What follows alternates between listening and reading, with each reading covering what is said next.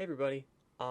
Before this video starts, I just want to let you guys know two things. One, if you've looked at it already, yes, this is a bit of a longer video than normal, but I still think you guys will enjoy it just as much. And two, it is a little bit deeper than usual. It's on a more personal level for me. Not all of my video essays are going to be like this. I want to make things that I have to learn about and you guys have to learn about, so it's, kind of a connected experience here. A shared experience, I should say. But yeah, this is just today's video. It's perfectly themed for Thanksgiving because it's about something I'm very grateful for, and I'm thankful for having it and how much I've learned from it. So, without further ado, let's get into it. Everyone should come to understand the concept of a single story. I believe that it's fundamental to our growth that we understand how dishonest and harmful stereotypes and single perspective narratives are. I first heard the term single story from a TED Talk given by the famous Chimamanda Adichie, who's a novelist, and she grew up in Nigeria before moving to the States. Through some really, really impressive storytelling that I'm very envious of, she describes how difficult it is to navigate one's identity, her own in this case. And she describes that through the lens of a few different stories about how a single perspective narrative affected her in multiple different ways. So I would agree that identity is really difficult to navigate, especially for people who are around my age or under. So I'd say 18 and below. Because for us, our identity is very personal. I believe that's true for everybody, but also it's something we focus on every single day. Some people concern themselves with their mental health, but some people are confused about their identity. Some of us don't know how to process it. And each day I choose to concern myself with the one part of my identity that I'm never really going to be totally sure of. That's my Mexican heritage. A few things that people notice about me right off the bat are that I'm a tall, very skinny, white passing kid from DC. Nothing about me screams Latinx heritage, and I have to be the one to put it out there. That's not always an easy decision to make. So to consider my identity through this lens of a single story, we have to look at this from two different ways to avoid making a single narrative of our own. So first I have to explain how a single story could affect me.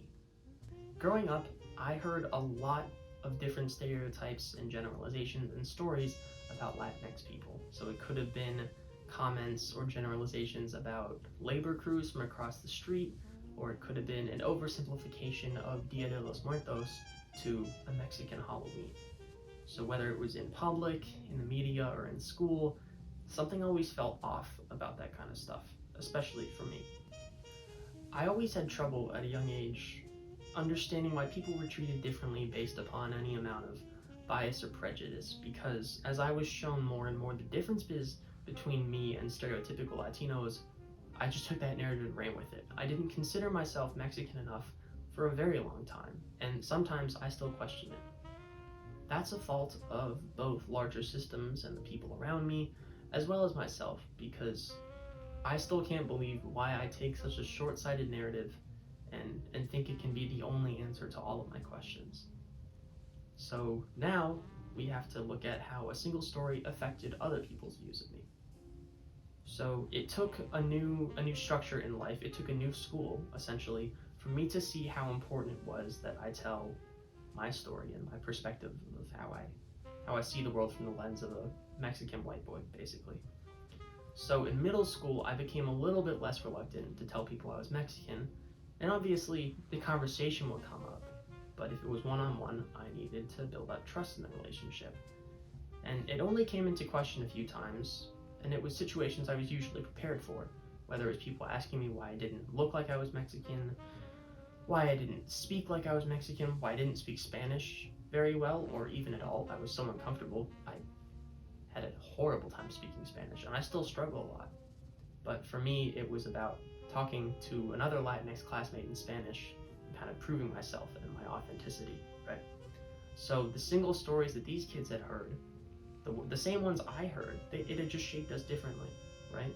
So they chose to believe and to reinforce the ideas and stereotypes that presented themselves in the one-sided narratives that they'd heard, just like me, when we were all the same age. And while I definitely felt unsure of myself, these times were critical to my understanding of how bias and prejudice exist, no matter where you go, no matter what you look like, no matter how you might act or seem to other people. And it was also so important to understanding what overcoming adversity looks like and kind of navigating identity. And while that was tough in a new school and in middle school when things are a little bit dramatic, let's just say that was really important to me, and I'm glad that I figured that out. So to wrap things up here, in the final minutes of Adichie's brilliant speech, she sums it up by saying, this is a brilliant quote, "When we reject the single story, when we realize that there's never a single story about any place, we regain a kind of paradise."